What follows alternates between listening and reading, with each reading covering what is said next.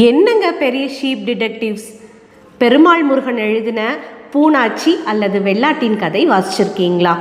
ஒரு வெள்ளாட்டினுடைய கதையை அவ்வளவு அழகாக அதோட வாழ்க்கை முழுக்க சொல்லியிருக்கிற ஒரு புத்தகம் தான் இந்த பூனாச்சி அல்லது வெள்ளாட்டின் கதை.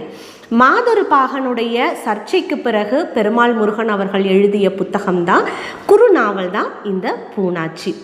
இந்த புத்தகத்தோட முன்னுரையிலேயே அவர் சொல்கிறாரு, ஒரு கதை எவ்வளவு நாள் தான் உறங்கிக்கிட்டே இருக்கும், அந்த கதை வெளியே வர வேண்டாமா, விதையுறக்கத்திலேருந்து அது வெளியே வர வேண்டாமா, மனிதர்களை பற்றி எழுதுறதுக்கு அச்சமாக இருக்குது, கடவுள்களை பற்றி எழுதுறதுக்கு பேரச்சமாக இருக்குது, வேறு யாரை பற்றி எழுதலாங்கும் போது நம்ம மனதில் ஆழ பதிந்த 5 விலங்குகள் தான் இருக்குது. அதில் நாயும் பூனையும் கவிதைக்கானது, மாடும் பன்னியும் பற்றி எழுதவே கூடாது, இதில் மிஞ்சி போனது ஆடு தான், இங்கேயும் பலிக்கடை ஆடுதான் அப்படின்னு சொல்லி தான் இந்த நாவலினுடைய முன்னுரையை அவர் ஆரம்பிக்கிறார். இந்த பூனாச்சி ஒரு வெள்ளாட்டினுடைய ஒரு வாழ்க்கை முழுக்க, அது பிறப்பு முதல் இறப்பு வரை பசி, தூக்கம், அதோடைய வளர்ப்பு, காதல், எல்லா துயரங்கள், வருத்தம் எல்லாமே ஒரு கலந்து ஒரு அழகான நாவலாக இதை கொடுத்துருக்காரு.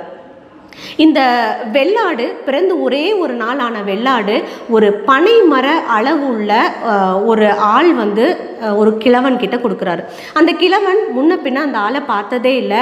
ஆனால் இந்த ஆட்டுக்குட்டி 7 குட்டி போடும், ஏன்னா இதோடைய அம்மா 7 குட்டி போட்டிருக்குன்னு சொல்லி கொடுக்குறாரு. சம்மட்டி அடித்தது போல இருந்துதான் இந்த ஆட்டுக்குட்டியை இந்த கிழவன் கையில் கொடுக்கும்போது. ஆனால் சம்மட்டி உரசிய உடனே கையில் பூன்னு அழகாக ஆரம்பிச்சிருக்காரு இந்த நாவலை. இந்த குட்டி வெள்ளாடு இருக்கு இல்லைங்களா, பிறந்து ஒரு நாள் தான் ஆகுது, ஒரு பெரிய புழுவோட அளவில் தான் இந்த வெள்ளாடு இருக்குன்னு சொல்கிறாரு. இதை கழுகு கிட்ட இருந்து காப்பாற்றி தலையில் வச்சு கொண்டு போய் வீடு சேர்க்குறாரு. இதை வாங்குற கிழவனுடைய மனைவி கிழவி, இது என்னையா பூனையை கொண்டு வந்திருக்கேன்னு கேட்குறாங்க.